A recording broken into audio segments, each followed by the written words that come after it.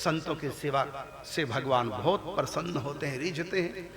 और जैसा कि गीता में कहा, तद विद्धि पणिपाते न परिप्रश्ने न सेवया, मेरे संतों की सेवा करो और उससे जो तुमको ज्ञान देंगे संत, वो ज्ञान स्थिर रूप से तुम्हारे चित्त में रहेगा। यदि संतों की सेवा नहीं की और संतों से मिला हुआ ज्ञान तो कोई काम नहीं आएगा।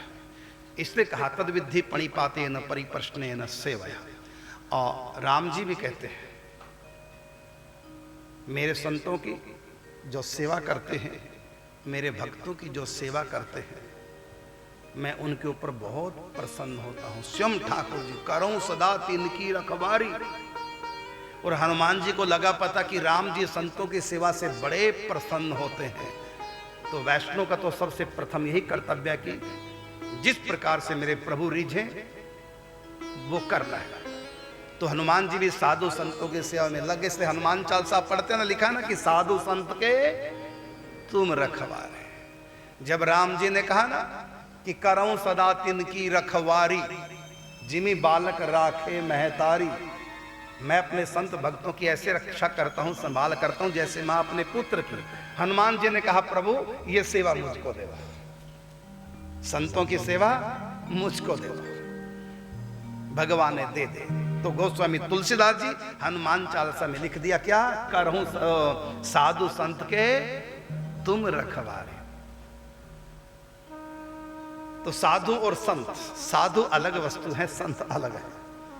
साधु उसको कहते हैं जो साधना में लगे हैं। आप सब साधु, जो साधना में लगे हैं उनको कहते हैं साधु। जो साध रहे हैं अभी वो साधु, और जिन्होंने साध लिया, मंजिल पे पहुंच गए, वो कौन है? वो संत है। तो साधु संत के तुम रखवारे। और गीता में भगवान ने कहा, अनन्यश्चिन्तयन्तो माम ये जनः पर्युपासते तेषां नित्यभियुक्तानां योगक्षेमं वहाम्यहम्। जो सतत मेरा भजन चिंतन करते हैं उनके योग क्षेम को मैं वहन करता हूं।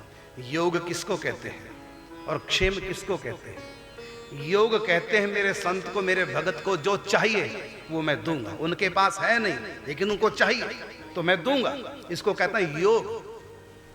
और क्षेम, जो उनके पास है उसकी संभाल करना, इसको कहता है क्षेम। मां बच्चे के खिलौने, बच्चे को खिलौना देती है, यह है योग। और उनके खिलौनों को संभाल के रखती है, टूट फूट ना हो जाए, खो ना जाए, फिर बच्चे के काम आएगा, कल ये फिर मांगेगा। तो खिलौनों को लेके देना यह है योग, और उन खिलौनों को संभाल के रखना यह है क्षेम। बच्चे को कपड़े चाहिए, कपड़े देना यह है योग, और उनके कपड़ों को संभाल के रखना यह है क्षेम। बच्चे को ना खरीदने की चिंता प्राप्त करने की, और ना कपड़े संभालने की चिंता, मां बैठी है। तो करहूं सदा तिनकी रखवारी, जिमी बालक राखे महतारी। जैसे मां अपने बच्चे की योगक्षेम की चिंता करती है, ऐसी मैं अपने भक्तों के, संतों की योगक्षेम की चिंता करता हूं। अब बताओ, भगवान को था कितने संत हैं जिनको कुटिया चाहिए, कितने संत हैं जो वीतरागी हैं, पास में कुछ रखते नहीं, ना किसी से लेते हैं, पास में राखे नहीं और मांगन में संकुचाए, तिन के पीछे मैं फिरूं कहीं भूखा सोना जाए। तो ठाकुर जी बना रहे हैं कार्ड, ये करुणदास नहीं बना रहा है, हम आप नहीं बना रहे हैं, ये ठाकुर जी पावर दे रहे हैं, ठाकुर जी बुद्धि दे रहे हैं, ठाकुर जी ही प्रेरणा कर रहे हैं।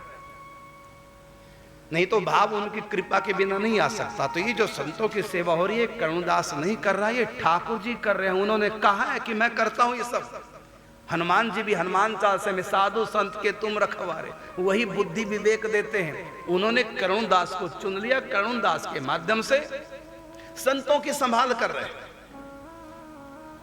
अब देखिए, विश्वामित्र के भजन में, यज्ञ में मारीच सुबाहु ताड़ का विघन कर रहे थे। गए ना फिर राम लक्ष्मण विश्वामित्र के भजन में सहयोग करने के लिए, और जो विघन थे ताड़ का, सुबाहु, मारीच, उन सबको मार गिराया विघनों को। अब मारीच को वहां से दूर कर दिया, भगा दिया, सुबाहु को, ताड़का को मार दिया सेना सहित।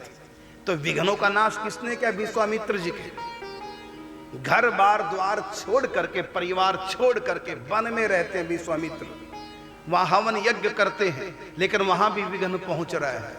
तो स्वयं भगवान राम लक्ष्मण सहित जाते हैं, उनके विघ्नों का नाश करके संतों के यज्ञ की रक्षा करते हैं। तो भगवान ने अवतार लेकर के लीला करके दिखाया कि मैं कैसे संतों की संभाल करता हूं।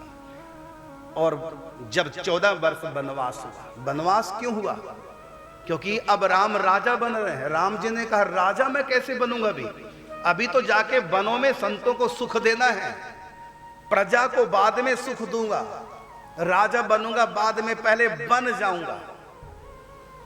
किस लिए बन जाएंगे 14 साल? क्योंकि वन में संत हैं। 14 साल तक उन संतों से मिलूंगा, सबको दर्शन दूंगा, सबको प्रेम दान करूंगा, सबको सद्गति दूंगा। पहले संतों की सेवा, फिर बाद में और काम। राजा बनूंगा बाद में, पहले वनवासी बनूंगा। क्योंकि वन में रहने वाले संत हैं, वनवासी संत हैं, तो मैं भी वनवासी बनूंगा और 14 साल तक संतों का साथ रहूंगा, संतों की रक्षा करूंगा, सेवा करूंगा। और संतों के भजन में जो जो राक्षस विघ्न करते हैं, उन सब राक्षसों का संहार करूंगा। उसके बाद फिर मैं राजा बन करके आम लोगों का प्रतिपालन करूंगा, पहले संतों का। तो इतनी महिमा है संत सेवक।